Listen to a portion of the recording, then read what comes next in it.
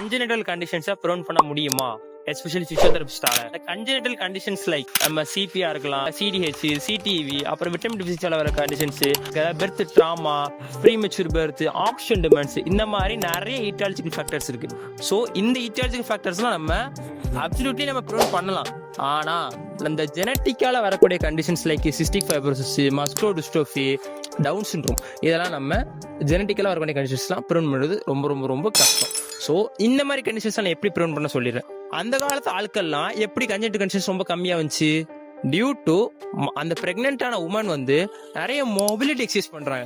Mobility எக்ஸசைஸ்னா எந்த மாதிரி பார்த்தோம்னா, அவங்க வந்து ரொம்ப செடன்டரி லைஃப்ல இருக்காம நடக்கிறாங்க, அவங்களுக்கான வேலையை அவங்களே செய்வாங்க. ஆனா இப்ப இருக்கிற ஜென்ரேஷன்லாம் எக்ஸசைஸ்ங்கிறது எல்லாம் செடன்டரி லைஃபா போயிட்டாங்க. அதனாலதான் நமக்கு மெயினா பிரசன்டேஷன் ஆஃப் த பேபி, முக்கியமா பிரீச் பிரசன்டேஷன் வர வாய்ப்பு ரொம்ப ரொம்ப அதிகம். ஸோ நார்மல் டெலிவரி ஆகுமோ இல்லை சிசரன் ஆகுமோ, சிசரன் இப்பதான் ரீசெண்டா ஃபேமஸ் ஆச்சு.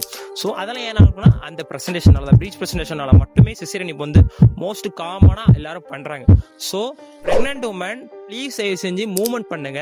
உங்களுக்கு first trimester, second trimester, third ட்ரைமஸ்டர்ல மூணுத்துக்குமே உங்களுக்கு பெயின் இருக்கும். அந்த பெயினை சரி பண்றதுக்கும் நீங்க பிசியோதெரபிஸ்டா தாராளமா நீங்க போகலாம். பிரெக்னன்ட் முடிஞ்சதுக்கு அப்புறம் நீங்க பேபிக்கு பெர்த் கொடுத்ததுக்கு அப்புறமும் நீங்க பிசியோதெரபிஸ்டா தாராளமா போகலாம். So please please please pregnant woman தயவு செஞ்சு பிசியோதெரபிஸ்டா போய் அட்டன் பண்ணி உங்க பெயினையும் சரி பண்ணிக்கோங்க, மொபைலாவும் வச்சுக்கோங்க, மூவ் பண்ணுங்க, உங்களோட குழந்தையும் ஹெல்ப்ஃபுல்லா வளர்த்துக்கோங்க.